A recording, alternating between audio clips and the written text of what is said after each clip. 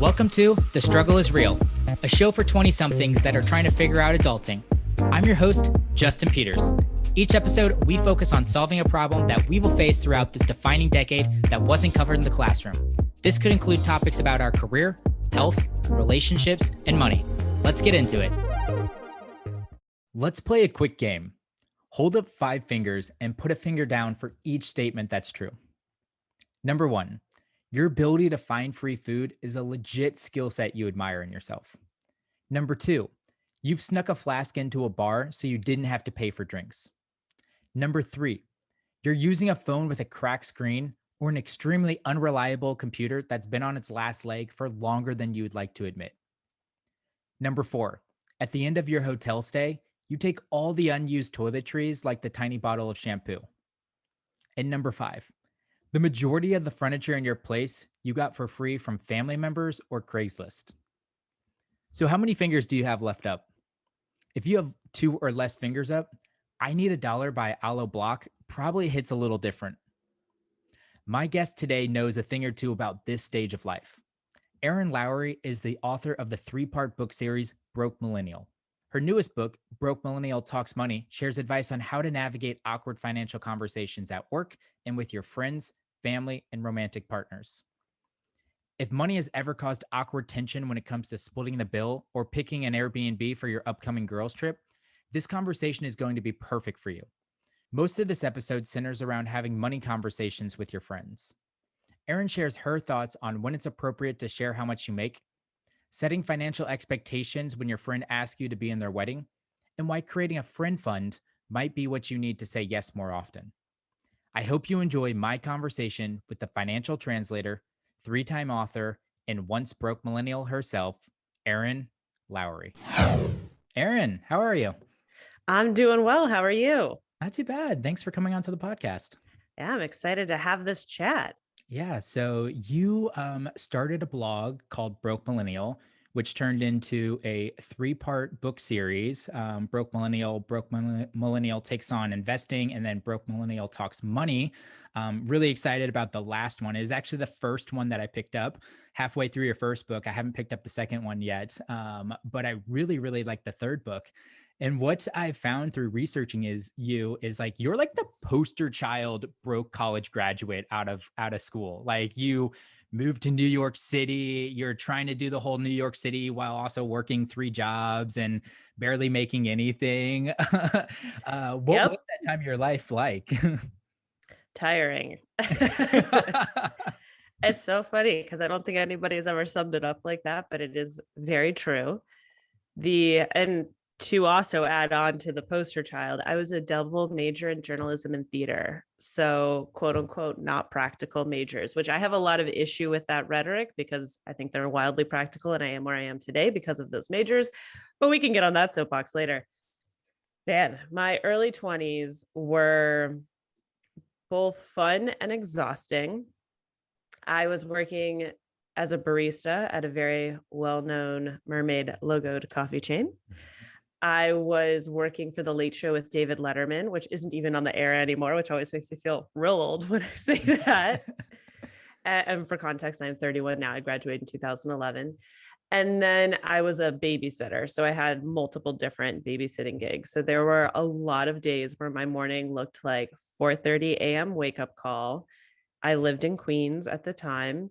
So I would wake up, take the train in. I worked at a Starbucks in Manhattan. I would work the morning shift. Then I would sometimes run back home to Queens, shower, come back into Manhattan to work my late show shift. Even though it's called late show, we recorded it in the middle of the day. And then I would get off of that job at like 6-ish. And then I would go babysit usually until around 10 or 11. So I would get maybe 4 or 5 hours of sleep, rinse and repeat doing that. The babysitting was like 3 to 4 days a week. So sometimes I got more sleep, but I was working every day of the week, most weeks. And I would take home a lot of leftovers from all the different jobs to sustain my grocery budget.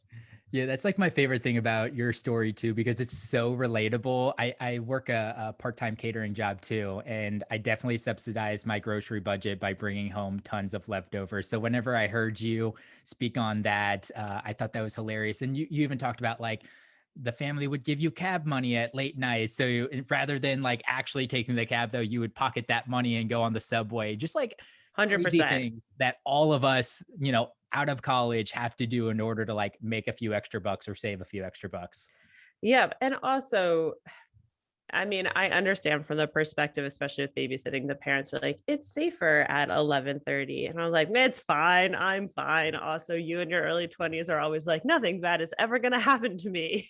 So, and luckily it was fine. New York City subways are great. Everybody who is either super wealthy or doesn't live here has a very bad impression of them. They're wonderful, maybe a little dirty, but perfectly safe. I will say too, with the catering, at least the food that you're eating is probably not like 1,000% sodium. I really wonder how much damage I did to my heart/whole body eating like bistro boxes and paninis, meal after meal after meal for a long time. And to top it all off, when I worked at Letterman, a what was the store called? Steak and Shake, I think the chain was, moved in next door. And as a like we're new to the neighborhood, everybody that worked, I worked as a page was my title. So like, yes, like Kenneth the Page on 30 Rock. I worked as a page for the Late Show. We all got little booklets where once a week we could get a free meal at Steak and Shake. So all of us were sustaining off of those like massive milkshakes and like huge burgers. Oh God. At least once a week, I was having like a 7,000 calorie lunch at Steak and Shake. So, man, that time of my life, my body was like, what are you doing? And my brain's like, hey, you're 22, you're fine. Yeah. Yeah. The page program, isn't that pretty competitive at 30 Rock? So CBS, my friend, CBS, there's a great book about the late night wars when everything happened. So Letterman way back in the day was NBC. Then there was the bitter feud for the Tonight Show. And then he ended up over at CBS. You are correct that the NBC page program is super competitive, Gotcha. but Letterman pages are technically also not even employed by CBS. We were employed by his production company. Ah. So we were our own little island of pagedom, which was a ton of fun. I think of it kind of like a gap year. You know how you hear those people who like go travel the world or whatever after college. I'm like, I just had a really fun job in entertainment, but I also had to work 2 other jobs to sustain my life. So you're not as impressive as I thought then, huh? Well, it's still competitive, but no, not nearly as competitive. I still just got to watch famous people do interviews and hear amazing musicians every day at my job. Like that's cool. It was so cool. That part of it was amazing. And you would have just random interactions with famous people that would like come through the backstage area.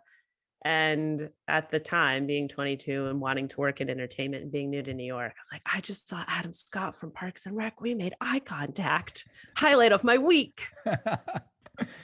That is neat. That's neat. So Broke Millennial, that started out with a late night conversation with a friend, isn't it? I did, a fellow page friend. So at the time, that program is a 1-year program. You get ushered out essentially at your 1-year mark. And I was working in public relations at the time. She was working as an executive assistant at a not to be named major media company. And she hated her job.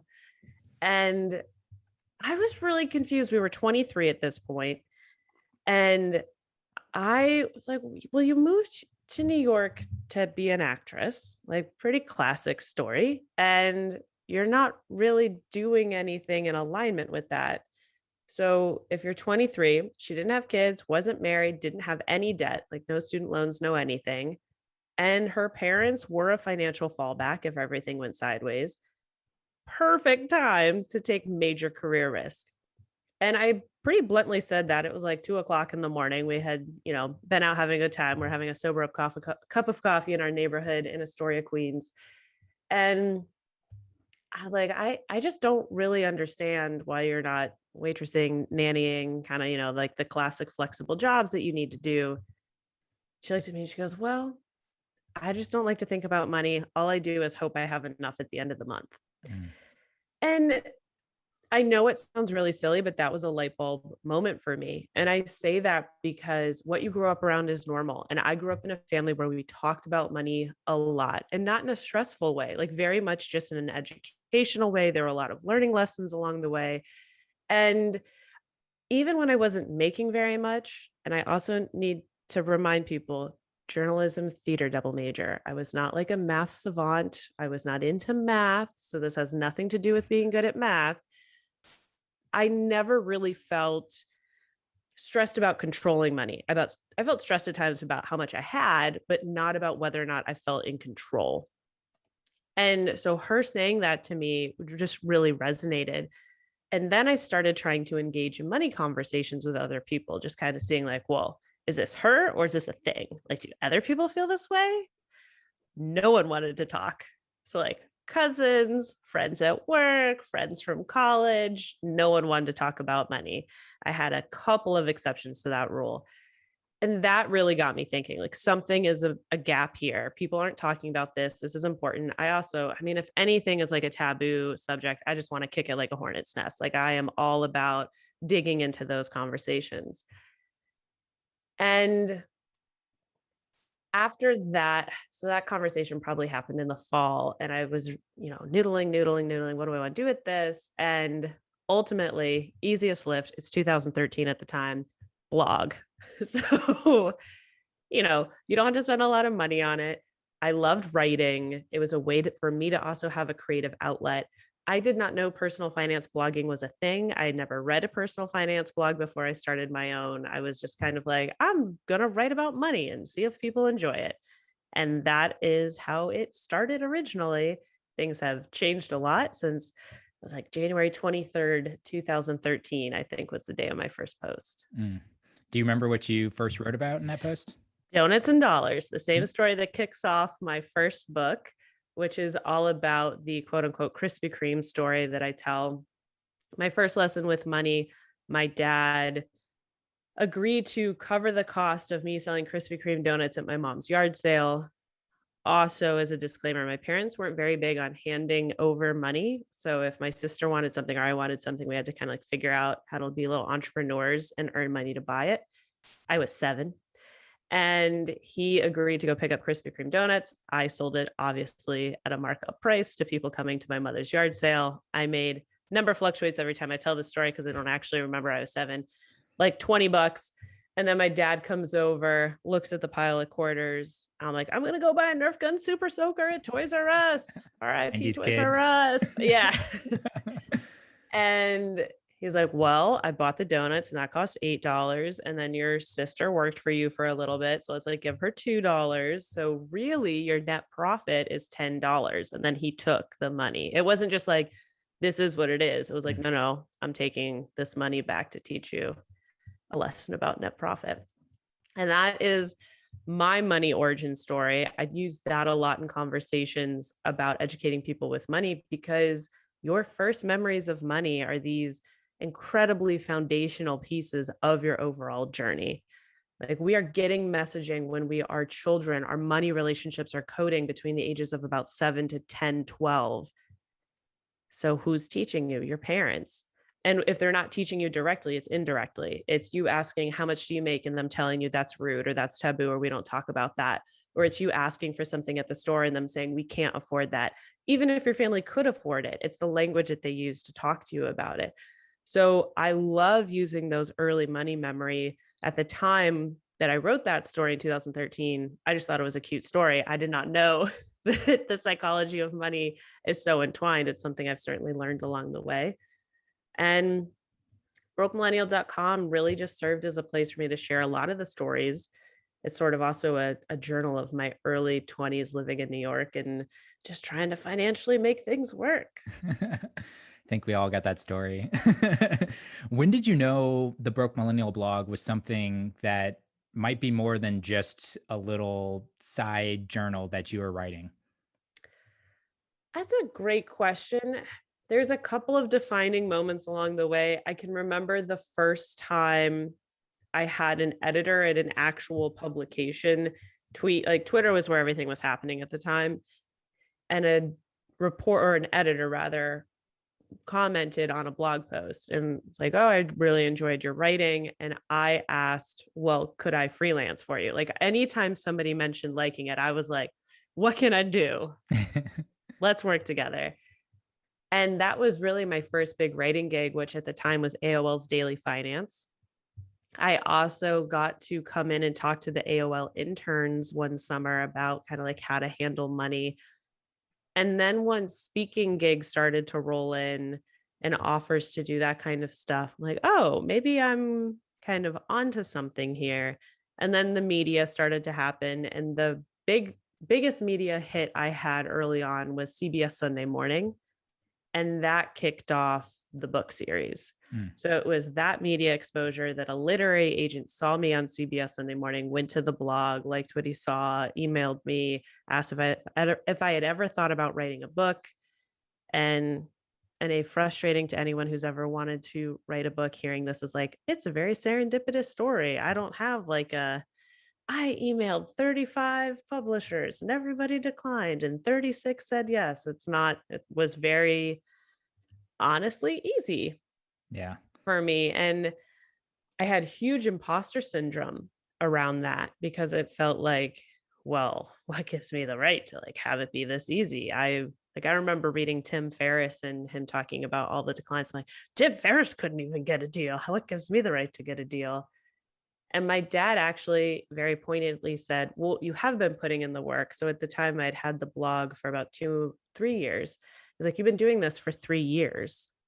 You have proof of concept. That's why it's easier. It's not like you're a complete unknown. You already have a foundation. If you had just been pitching without anything, then they probably would have said no 20 something times. Mm-hmm. Yeah. And you set yourself up financially, working a whole lot in order to make those decisions. I think you even like declined a job offer because they wanted you to shut the blog down because of conflict of interest. Like, yep. That's not just serendipity. like there really was like a path to that whenever you retrospectively like look back on that journey. Which I find really interesting. Like I said, it doesn't sound really intentional, but it is fascinating. Your journalism comes in really handy with this book series too. You often mention that you're not an expert in these areas. Obviously, you've learned a ton about personal finance, but you interview a lot of people on a lot of specific areas that you think might be helpful for somebody in this demographic.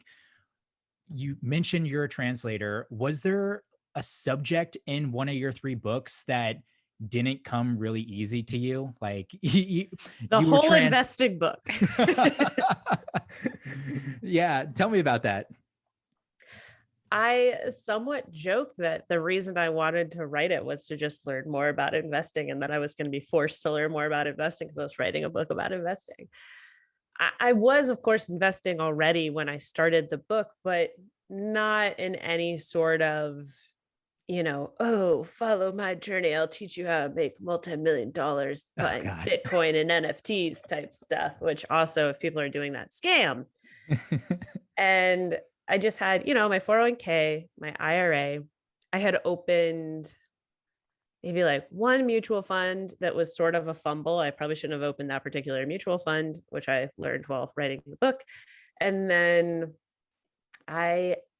this would have been 2018 that I was writing this. So I had a couple of taxable, so not retirement investments in some index funds, which is pretty much still, even after writing the book, how I do most of my investing. It's like pretty basic, long-term value investor. I do a little bit of stock picking here and there, kind of just for educational purposes, a little bit for like, ooh, maybe I will make a good pick, but no more than just about 5% of my portfolio. But I maintain to this day, investing really is psychology. Like at the end of the day, so much about our relationships to investing has to do with the psychology of everything. And there was a lot of that through the book. The other reason I really wanted to write the investing book is, well, people reading my first one, getting it together and then be like, what's next? And a couple of people had emailed me because there's a very small retirement investing chapter in the first book. And I have some recommendations at the end, like, hey, if you want to learn more, here are some tried and true investing books. And folks had also started to email me to be like, hey, picked up those books and they're still kind of complicated. Got anything else? And that's what I said to my publisher. I'm like, listen, there's truly no actual beginner's guide because everybody that's writing these are, 30-year experienced investing industry vets and don't think about the fact that like your average person doesn't actually know what compound interest means or what the term time horizon is or what an index fund is or really even what a stock is. Yeah. So we need to back it all the way up to, I assume you know absolutely nothing except for that you're interested in investing when you open that book. Yeah. And it's intimidating. Like it is a very complex industry that uses a lot of jargon. And almost all of our first experience with investing is opening up your 401k at work, going through the process, selecting how much you're going to invest, and then getting to the page where you have to select what investment you're going to invest in. And you're like, I don't know what any of this means. Like, you what just is going on? described a chapter of the book. Like in the second book, I talk about that. I'm like, I got to that page. I was like, what is Dodge and Cox? What is large cap? What is mid cap? What do these words mean? I just clicked out and called my dad.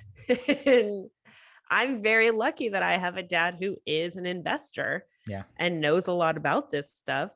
The average person can't just do a phone a friend, phone your dad situation necessarily. So it is really important too that we have resources out there. So also the people, and here's my big PSA for this whole podcast episode. So if you have a 401k or an IRA, for the love of God, please go check it, pause it right now, go check it and make sure your money is not sitting in cash. I cannot tell you how many times I have had people at Instagram, because I post this all the time on Instagram, DM me and be like, I just checked it. It's been sitting in cash for 3 years. And I also know of people who 30, 40 years from now go to retire and it's been sitting in cash. Now, the next question is always, how do I know? So there's a couple of ways. One, the market's been doing real well lately. And we're recording this, by the way, because when you're listening, it might not be. But on April 8th, so in April of 2021, the market has been doing incredibly well through the pandemic. If you have been diligently investing, but your 401k or IRA kind of looks like a savings account, like the money that you're putting in is the only amount of money that's still in there, you are not invested. It should definitely be increasing. The other way to know is if you go in your main page, once you like click in and you see, I don't know how else to describe it other than the landing page once you've gone in and you can see like my investments. Yeah. If the words are either settlement account or cash management account attached to anywhere that your money is sitting, it's not invested. And the third way, call up the person. By person, I mean brokerage. So I'm just going to name some names. These are not endorsements. You might be with Fidelity. You might be with Vanguard. You might be with Charles Schwab, Betterment, Wealthfront, what have you. If you don't know, and because you have 401k through work, ask HR who has it. Ask for the customer service line.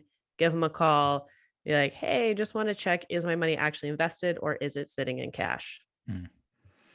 That's a great PSA, because the last thing I want is somebody to think that they're doing all the right things for 15 straight years and then realizing, oh crap, this has just been sitting around and missing out on some huge, huge gains, and not starting from scratch, but not really getting very far either. Yeah, it's incredibly important. And because your 401k and your IRA don't default to you being invested, it defaults to just being in a settlement account or like a cash management account until you pick your investment. So if you get to that landing page and freak out and click out and then kind of forget to ever go back in and pick your investments, you might be diligently contributing, but it's sitting in cash. So please double check. Yeah. So let's shift gears here. Let's talking about money, particularly with your friends. First, do you think we should share how much we make with our friends? It's a trap. No, I don't think that is always a good idea. And I say that because, one, talking about the psychology of envy, It was an interesting point that came up when I was talking to a financial psychologist, Brad Klontz, for the book. And he talks about how, like, listen, human instinct, we're going to be jealous of people who have more than we have. Like, if you are at the higher end of the socioeconomic spectrum, you're not spending a whole lot of time thinking about people who have less than you, but you are fixated on anyone who has more than you. So if we're talking about friendship dynamics, I worry that it can be fundamentally toxic to share hard numbers on salary / income. Unless, the only caveat really being, if you work in comparable fields and one of you is going in for a negotiation and you're just trying to get a sense of what the market bears in your industry, that's really kind of the only time where it might make sense to be like, hey, you work next level up at the job that I want to have. I'm trying to negotiate to reach to that level. Could you tell me what your ballpark salary is so I have a good sense going into my negotiation if I'm being fairly compensated? That's kind of the only time. And even in that case, like, maybe just ask some other people and not your friends. Where I do think you should consider sharing numbers, or at least speaking of the existence, is with debt. And that sounds kind of bonkers to a lot of people. Like, I'm not going to share the good news, but I'm going to share the bad news. Like, why am I going to tell my friends that I have $50,000 of student loans? You do it for a couple of reasons. One could be accountability, could be working to pay it off. Maybe your friend has student loans too. Maybe you guys create like a little accountability buddy group. That's always good. But more importantly, it gives them context. People are very self-centered just by kind of default.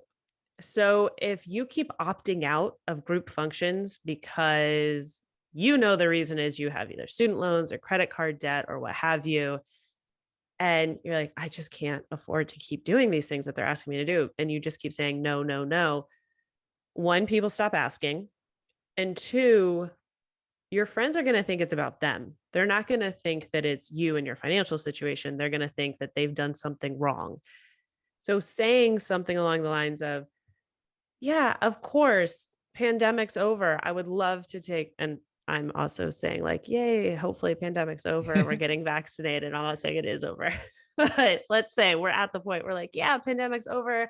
We haven't actually seen each other in person in a year and a half because we don't live near each other. And I would love to hop on a plane and come see you right now. But I also lost my job partway through the pandemic, and I have $7,000 of credit card debt that I racked up.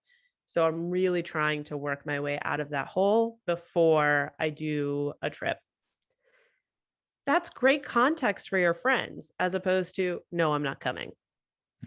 Two very different situations. And you don't have to give hard numbers if you don't want, but just saying, actually, I have some student loans that I'm trying to pay off, or I have some credit card debt I'm trying to pay off, is completely acceptable as well. But I do like the idea of being honest about that side of our financial lives with our friends. The salary side, consider whether it's actually going to accomplish anything positive, or maybe it might make people either judgmental. If you decline an invitation and your friend just found out that like, hey, you make $120,000 and you're like, yeah, I can't quote unquote afford to come to brunch, they're going to have some feelings about that. Mm-hmm. Mm-hmm. So how do you handle that situation if you get invited or get an invitation to something that you just really don't value? Don't say you don't value it. Also, don't say you can't afford it. I do think that that's a big misstep that a lot of folks make, myself included at times, was to say like, oh, we can't afford to do that. Oh, that's a lie. We could have afforded to do it. We just didn't want to do it, which is two very different things. And if people find out that you could afford it and you chose not to, it also like causes some feelings. So one, I always love a compliment sandwich. Anytime you're dealing with these awkward conversations, especially with friends, I'd love to see you and spend some time with you, but I don't really want to drop $50 on brunch. Do you mind if we go grab a bagel and go for a walk in the park? And the thing that I love about that is it, positive, love you, want to spend time with you. Then you say no to whatever the invite is, but then you also provide a counter. And you can also give a no plus context. So it could be like, I don't really want to spend $50 on brunch because right now we are trying to save up for a down payment on a house and like every little bit counts right now. Or I am trying to pay off some credit card debt. So I'm really trying to add an extra $500 to my payment by the end of the month. Whatever you want to contextualize with is really helpful. And then offering a counter also makes the pill a little easier to swallow. Just remember, they can say no. It's okay if they still want to do the originally planned thing. I do think sometimes people do get upset if their friends all want to go to a concert and they don't want to go to that concert. And their friend's like, okay, we'll see you later. And you have to deal with seeing it on Instagram and TikTok and Snapchat and whatever. Oh, well, Because they're allowed to continue forward with their plans.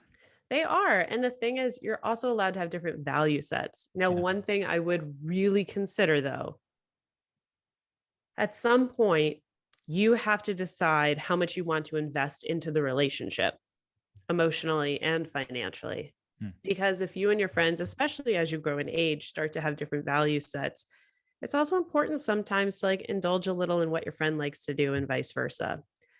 I like the idea of having a friend fund, especially if you're in a phase of life where like you don't have a ton of discretionary income, but you're putting a little bit aside every month, every paycheck, so that when your friends do ask you to do things, sometimes you can just give that enthusiastic yes.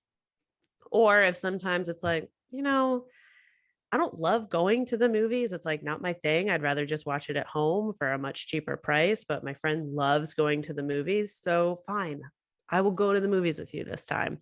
Don't make it sound like a chore. Like that's the internal monologue in your head.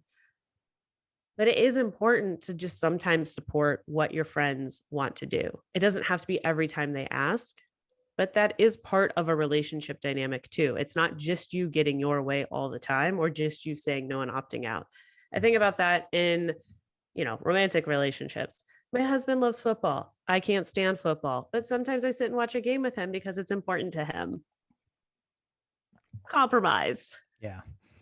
Yeah, I see money and time are often pretty similar. The same if the whole, I can't afford that. I hear a lot of times, I don't have time for that. And then like a week later, you see someone take a weekend vacation somewhere else and you're just like, I thought you didn't have any time right now. Like, what the heck? Or I thought you couldn't afford to do that. So yeah, it's super interesting. I love the idea of a friend fund as well. Do you use that concept currently in your life? We're at a slightly different place financially. We're more financially stable now. I did use it at Mhm. different times of my life. So we have more flexibility, I would say, in our month to month budget. That like, if I want to go out with my friends, I can afford to do that. But in my very broke millennial days, I actually did have a little, at first, when I was making a lot of cash, I did have a little cash envelope that was it said fun fund on the front. And I would put like that cab money that I would get, I would usually put that in the fun fund because that was complete extra gravy money. Like it was not money I was ever expecting. So I always felt good putting that in the like for funsies in the future kind of fund. These days, though, one of the things that we have been doing, my husband and I, is I've jokingly been calling it the Let's Go Rage Fund, because as the pandemic starts to wrap up, we are now both totally vaccinated. We live in New York City. Things are slowly starting to reopen. We have been setting money aside every month so that we can just like go to the nice restaurants, go buy the Broadway tickets, like everything that we felt like we haven't had that we've been denied. I mean, I know everybody is about to like gorge themselves like Mhm. you're at a dessert buffet.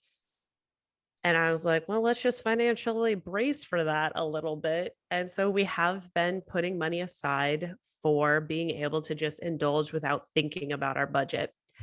I am a true fan of saving for slash investing for opportunities slash options. And what I mean by that is you don't have to conclusively know whether or not you want to do something, but setting money aside so that when you get there, you can make an informed choice with the finances being available to you is really helpful. So I'll break it down for something personal. I don't know if we want kids. Like I'm like on the fence about whether or not I want a kid.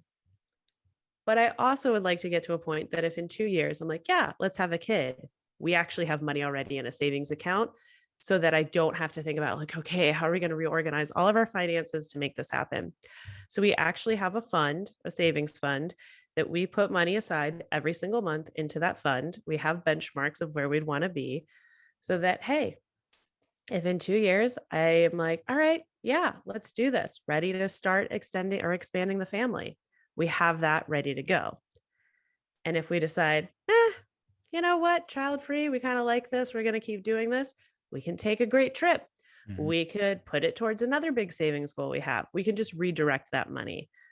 So that is something that to me, not something that everybody does, but to me, as someone who's also like very future oriented and very like financially oriented, it makes me feel good to be saving for specific options so that I can make decisions with the money there when the time comes. Yeah, agreed. And you must fall into in your first book. I think you broke it into three teams, and that team dreaming about retirement. I Yes. also fall into that, and it's funny because where that first team, like YOLO FOMO, budgeting feels really restrictive for them. For dreaming about retirement team, I think a budget's actually really empowering because it allows me to spend that money. Like I said, if I created a friend fund, then I feel empowered to just say yes to that because I know I already have that money set aside. So I think that's super interesting, and I really like that. You mentioned you talk openly now about I don't know if regret's the right word, but I'm going to use regret in here, and you can change it however you want. But how you regret maybe in your early and mid 20s saying no often to your friends, and instead of going out with your friends, you pick up that extra babysitting job because you do some kind of cost benefit analysis. What are you doing differently, or what do you wish you would have done differently at that age of your life? Regret is the right word. Yeah, I did not invest into relationships well in my early 20s. It always makes me giggle when I'm on like money panels, and inevitably that kind of question, like, what would you have done differently with money in your early 20s? And you go down, everybody's like, I would have saved, I would have invested. And it gets to me, I'm like, I would have spent more money. Like that is, people are always like, wait, what? And I think about it more in terms of the $20, let's say, that obviously rose-colored glasses, now hindsight being 2020, whatever cliche you want to use, $20 is not a hugely significant life-altering sum to me today at 31 in my life, being married, two-income household, all that jazz. At 22, 23, $20 felt like a very significant sum of money. So if I had the option to make $20 or spend $20 at a bar, I was going to always opt to make it. But I also noticed by the time I was about 25, 26, I had said no without context so many times to so many friends that I had made in my early 20s. And so, just like with romantic relationships, if people keep asking you out and you say no, they're going to stop asking. Same with platonic. Nobody likes to hear no. And if you keep rejecting people over and over and over, they're just going to stop inviting you. Now, people who will push back against me saying this will be like, well, not everybody's a forever friend, and maybe those just weren't your people. I'm like, yeah, that could be true. But also, I think a lot of my like, ooh, really fun experiences and nights came from my later 20s because I was more willing to do stuff at that point. I don't have a lot of like awesome friend memories from my early to mid 20s because I was so restrictive with myself and with my money. And that makes me kind of sad in retrospect. Like that Mm. should have been a time in my life where I was enjoying things a bit more than I was allowing myself to. And I do mean that financially. And you don't have to spend a ton of money. Like going to the bars with your friends, you don't have to drop a ton of money. You can get one drink and just enjoy being around people. Or you can get a soda and not even have to spend the money for like a craft cocktail at $19 in New York City. Or you can see if somebody will buy you a drink. That happens if you're comfortable with that. It just is something that I always want to caution people who get really fixated on the future, because I am one of you. I see you, I hear you, I totally understand. people who get to like fire blogs, so financial independence, retire early, sometimes people get to those blogs or books really early, or podcasts, and at 23 are so hung up at this idea of like being a millionaire by 30. Yeah, okay, if you're a millionaire by 30, that's great, but do you have memories? Do you have experiences? Do you feel like you've lived a rich life, or do you feel like you just look rich on paper? Mm. And it's really critical to learn how to balance the two. I did not do that well in my early 20s. There's even times now where my husband would be like, could you chill?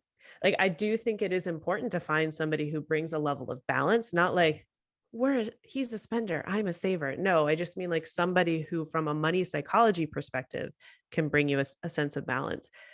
I will also tie this into, in my 30s, I feel like I'm much better at investing in friendships. For instance, would have been about 2 years ago, one of my dearest friends from high school was turning 30. She lives in Nashville. Her girlfriend was hosting a surprise party.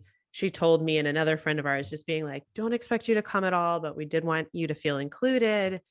My other friend and I were like, yeah, let's just go. Like, I can buy a plane ticket and we're staying at her house, so that's cheap. So yeah, let's do this. The reaction on my friend's face, being able to be there that whole weekend, like truly one of my favorite memories from that year. And I am so glad that I invested into that. So sometimes it's moments like that. Now, on the flip side, I'm not very into like material goods in a lot of ways. I'm very about experiences, which you can probably have heard from everything I've been saying. Recently, my husband and I moved. I lived in Queens for almost a decade. We recently moved into Manhattan. Pandemic rental prices, guys. And our furniture at our old place, like I had a couch that I bought the week I moved to New York. It literally was broken. Like the frame was broken. It would sag when you sat into it. It was all sorts of painful. I'm like, yeah, we're going to move soon. I don't want to buy a new one. So we finally upgraded our things, spent quite a bit of money upgrading our things in this apartment. And I said recently, I don't know why I wouldn't invest in my living space earlier. Like, this feels very good. I really like this feeling. What principle was I standing on that I thought it was cool, as I described our home, to look recently robbed chic? Like, this feels nice. It costs some money, but also the like emotional return I'm getting is worth the money. Mm. So I'm going on this whole spiel just to say, yes, saving is important, investing is important, but so is balance. Yeah. And please consider that for yourselves, no matter your phase of life. Mm-hmm. Yeah, it's tough to find that balance for sure. To say yes to enough things, not say yes to too many things, and then afterwards you're like, why did I spend money on that? I didn't want to actually do that. I didn't have fun. And then on those material things as well, I'm just like you as well. I really resonated with like the whole, like, I didn't have a TV stand for like the first 3 years of my life. And then Peach finally made me buy a TV stand because like, and I could put his video games in there. I'm like, oh yes, I totally agree with that. My girlfriend is very much like Peach, where she's like, no, we're going to get that. And I'm like, okay, perfect. Or like, no, we're going to spend $20 to like upgrade or have someone do this because it's going to cost us like 5 hours, if not. And it's like, come on, value your time a little bit. So totally agree with you. She is my partner that really balances that like super saver mentality there. It is so important because it's also hard to switch off, right? Like you reach a certain, whether it's a savings goal, a net worth goal, whatever goal that you have, you reach it and you're happy for like 5 seconds and then it's on to the next goal. And it's that hedonic treadmill where usually that gets explained as like lifestyle inflation. It still works with deprivation and like money stuff too, that if you just keep fixating on numbers. By the way, I'm not cured. I had a meltdown just the other day about like, I feel like we're not as far along as we should be. And my husband was like, we're further along than I thought I would be in my whole life. So like, you have got to calm down. That's amazing. Well, as we're kind of concluding this conversation, I want to spend just a little bit of time on one of your favorite conversations, and that's weddings. Guys, buckle up. This is I'm going into the wedding season of my life. How old are you? 27. So Oh, the bless next you. You've 3 or 4 years, I can Mhm. tell, I've had a couple friends get engaged here recently. I already have a couple weddings this year. I know I'm going to have 4 or 5 weddings again next year. And then that's not even counting whatever my girlfriend gets invited to. At one point in time, you calculated how much other people's weddings cost you. What was that Mhm. number? It was over $20,000. I know we will crest over 30 by the time we get through this onslaught, which if my tone is not clear enough, not a huge fan. Talk about value sets. Which funnily enough, we had 2 weddings ourselves in not pandemic times. We were trendsetters. It's a very long story, but we did not have 2 full-scale weddings. We had like a in the city. I would almost describe it as an elopement that immediate family got invited Yeah. to. And then we did the big fanfare because everybody else wanted it. That was not necessarily my value, but sometimes you have to compromise with your husband and your parents and your Sure. in-laws. Sure. So what are like that 20,000? What's all the cost involved in a wedding? Well, first, you hit the nail on the head with this and whatever my girlfriend gets invited to, because people often forget it's not just about you if you're in a partnership. Mhm. So it's also that all of a sudden the invites double. We're in a uniquely tough bind in that I have like nearly 40 first cousins. So it's been a lot of family weddings. I'm on the younger end of the spectrum. So, like, thank God You're we're getting close. mostly through it with the extended family. But even with friends, and I know people are like, I don't have that many friends. Like, you'd be surprised. I had 12 close friends be invited to my wedding. It's not like I'm like, oh, I've got, a whole sorority house. I wasn't in a sorority. Like, this is not that. This is just that I live in New York City. No one gets married in New York City. So every time somebody gets married, it's a trip. Mhm. And that's part of what it turns into is that also if you're in the wedding, then you've got the bachelorette party, sometimes the bridal shower, and the wedding itself, all of which are trips. The dress, the makeup, the hair, the gifts. Like, there's just so many add-ons to wedding season. To me, it is incredibly critical that you set your financial boundaries, especially if you're going to be in the wedding. Also, if you're in a partnership, you can split up sometimes. Not both people have to go to everything. We've made those decisions before where we just like send a representative of Yeah. us. So, like, whoever's person it is, you're the one that goes, especially if it's far away. And if, flights alone might be $600 per person. And then it becomes, and so sorry if anybody is listening to this and I didn't show up to your wedding, but like, listen, if it's going to cost us $2,000 to go to your wedding, which hotel, flights, food, gifts, I rewear outfits to weddings. I don't understand people who are like, oh, and then you have to get an outfit for everyone. No, who cares? They don't care what you're wearing. You're not the bride. Unless you're wearing white and you're not the bride. And then that's a problem. But otherwise, no one cares what you're wearing. Just please rewear or like borrow from people's closets. Coming from the girl in like the black Nike hoodie right now. I Yeah, love it. truly, truly. Not that I'm giving fashion advice, but like, no one cares. Yeah, I agree. And it just snowballs with the amount, I think, too, of travel. Of course, it's different if you're from a hometown where all your friends are from and everybody's getting married there. That's definitely going to cost a lot less, but you'd be surprised too, especially if you're getting invited to like bachelor parties, bachelorette parties, bridal showers. My big advice, even if you're in the wedding, they get one. If they're going to have a separate bridal shower and bachelorette party and their wedding, and you have to travel for all of them, they get one. Ask them which one, ask them early, set that boundary real early. I love you, but I'm invited to 3 other weddings this year and we have to travel for all of them. So my budget really could only accommodate coming to either the bachelorette party or the bridal shower. Which do you feel you really want me to attend? It's great work. Things like that.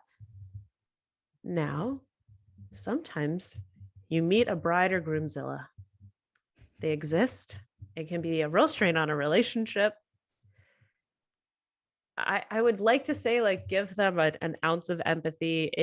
I have planned a wedding. It is a stressful time. Everybody's got an opinion. Everybody's got a thing, but also a plea to anybody out there who is planning a wedding, make it as cheap as possible for the people in it. So, for instance, bridesmaids, they should be able to just pick a cocktail dress at knee length in a certain color scheme. Or if you want them in a particular gown, add that to your wedding budget and effing pay for it. Yeah. Like there's just things that you can do to alleviate the pressure on your loved ones, because your wedding should not be costing your friends $3,000. It just shouldn't. Like there's no fairness of that. And even if you have gone through the ringer a bunch yourself, like this doesn't have to be, I'm getting you back. Like it just isn't fair to other people to expect that, especially if they're going to be in multiple weddings. Like think about if somebody is in 3 weddings this year and each of those weddings is going to run them $3,000. It's $9,000. Mhm. You could take a baller trip to Europe, like a baller trip to Europe Super for that baller. money. Oh man, yeah, weddings are expensive. You have lots of great cost-cutting advice or tactics in your book on weddings. What are some of your favorites that you've used? Well, definitely the not attending everything if everything is going to be a trip. Also talking early about what your budget restrictions are with the maid of honor, the bride, whoever's doing some of the planning, and providing alternative ideas too. So if somebody comes up with a really cool idea, but it's just crazy expensive, helping brainstorm ways you can bring the cost down. Also looking at secondhand sites for any of the outfits that you're expected to wear for a wedding, particularly if it's like a really popular dress or suit of that season. This is a bit easier for women with the whole dress front. Men, you also get screwed on the suits and tux rentals. That stuff is expensive. Yeah. So it's not that men come out unscathed in this either. For women, I would also say if you can do your own makeup, just pay for hair. Don't pay for hair and makeup. Also, if you're a bride, pay for hair and makeup if you're requesting people get their hair and makeup done. And I empower you to say no to being in a wedding. You have a sense of your friends, although you'd be surprised. So people turn, you didn't expect it, Mhm. but you have a sense of your friends. And if you think that one friend might be a little difficult as a bride in a way that's not going to be wallet friendly, and you're like, I don't want to spend $3,000 on this person's wedding, I would say no, but then have a caveat. So explain your no, not like, I think you're going to be a bridezilla and waste all of my money. You're like, I love you, but I'll be honest, I just financially don't know that I can afford to do this with the, 2 other money goals here that I'm trying to achieve, but I definitely want to be there to support you. I would love to come early and help with X. I'd love to take you out to a nice dinner, any sort of thing to make it palatable.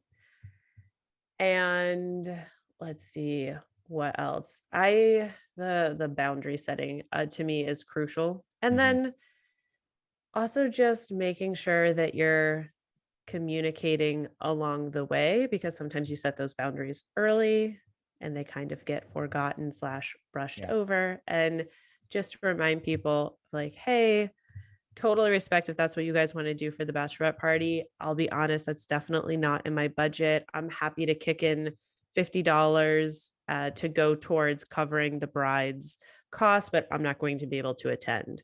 Yeah. You don't have to offer money either. I just always think that like smooth things over a little bit if you are already in the bridal party. But so much of this is just having to have the awkward conversations. And to actually borrow one of my favorite quotes from Broke Millennial Talks Money, one of the women I interviewed, Melanie Lockhart, more specific to like the splitting the check at dinner conversation. In the idea of advocating for yourself, her question is, which is going to win out? The potential embarrassment of the moment or the resentment that you're going to feel afterwards? Mm. And I love that reframe. It's like, listen, yeah, it might be a little embarrassing in the moment to have to set financial boundaries, or if not embarrassing, just awkward. But would you rather that or resenting somebody for possibly months to years, depending on the situation, for having spent so much money? Yeah. I think that perfectly sums up a lot of the conversation we've had today. It's setting boundaries and picking and choosing the battles that you're going to care about. And then if you don't speak up, then it's on you. And you can continue to resent them or that moment or that event. But honestly, you didn't advocate for yourself. So yeah, hopefully it is really tough. Like that's so easy to say. And it's really tough to do that. But no, I had a blast reading your book. I had a blast talking to you today. I'm sure a ton of people listening are thinking the exact same thing. So if they want to consume more of you, they can check you out on Twitter. You're at Broke Millennial. On Instagram, you're at Broke Millennial Blog. Man, we really got to get that Broke Millennial. I know somebody is sitting on it, hasn't even posted on it in 5 years, and I can't get her to give it up.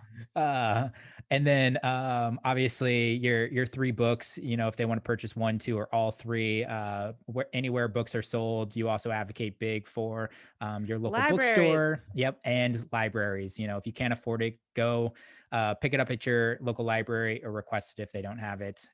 Anywhere else you would like to point listeners to?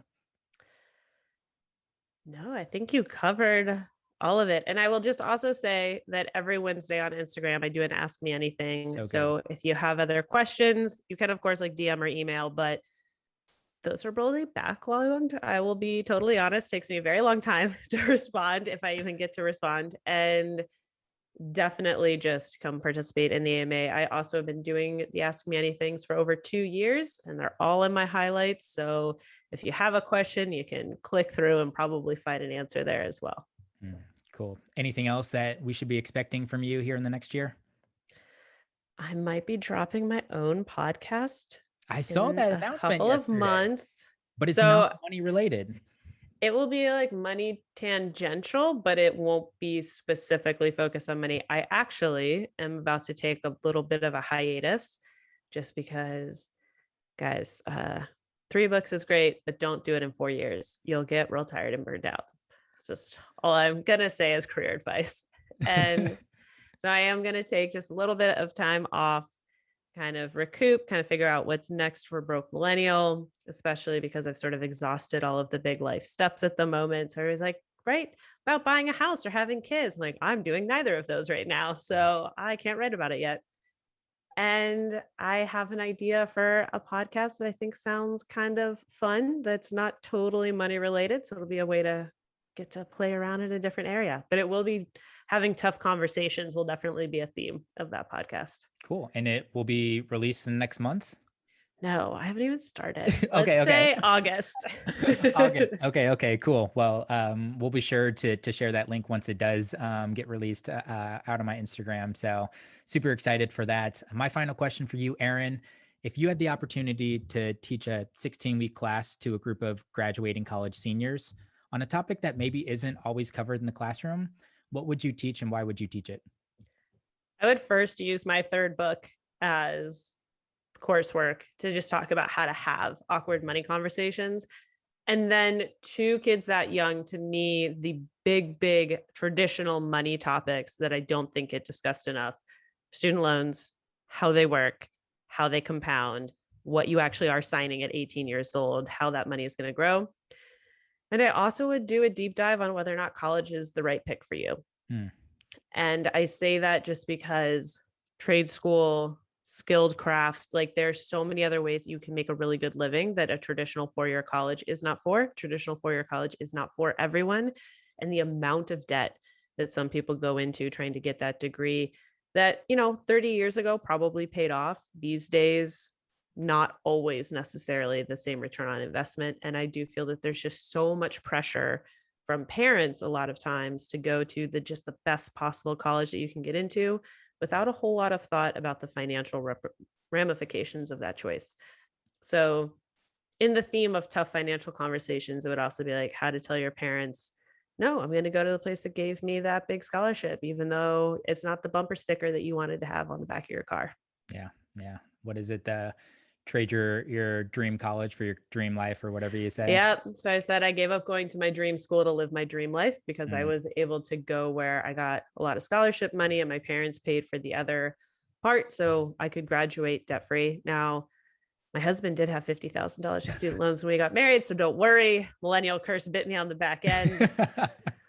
I still got it, but it gave me so much flexibility at the start of my career to actually go after things that I truly wanted to do. There's no way I would have branched out to be self-employed with Broke Millennial if I had had huge amounts of student loan debt that I was going to amass if I went to the other school. Well, Erin, this has been a pleasure. Thanks for being so candid. It was so much fun researching you because I was like, wow, she's like really kind of off the cuff with a lot of things and like really just says what's on her mind. I was like, I wonder if that's really how she is. And then this conversation really confirmed it. So I really appreciate you coming on the podcast. Thank you so much for having me. It was a blast. Hey, everybody. Thanks for listening. If you like this conversation today, be sure to subscribe so you'll be notified about new episodes. If you want to connect with me, send me a message on Instagram. I'm at Justin Lee Peters. You can find show notes with links to everything we discussed today at justinpeters.co. This episode was produced by Gabby Dimeke. I'm your host, Justin Peters. Thanks for tuning in.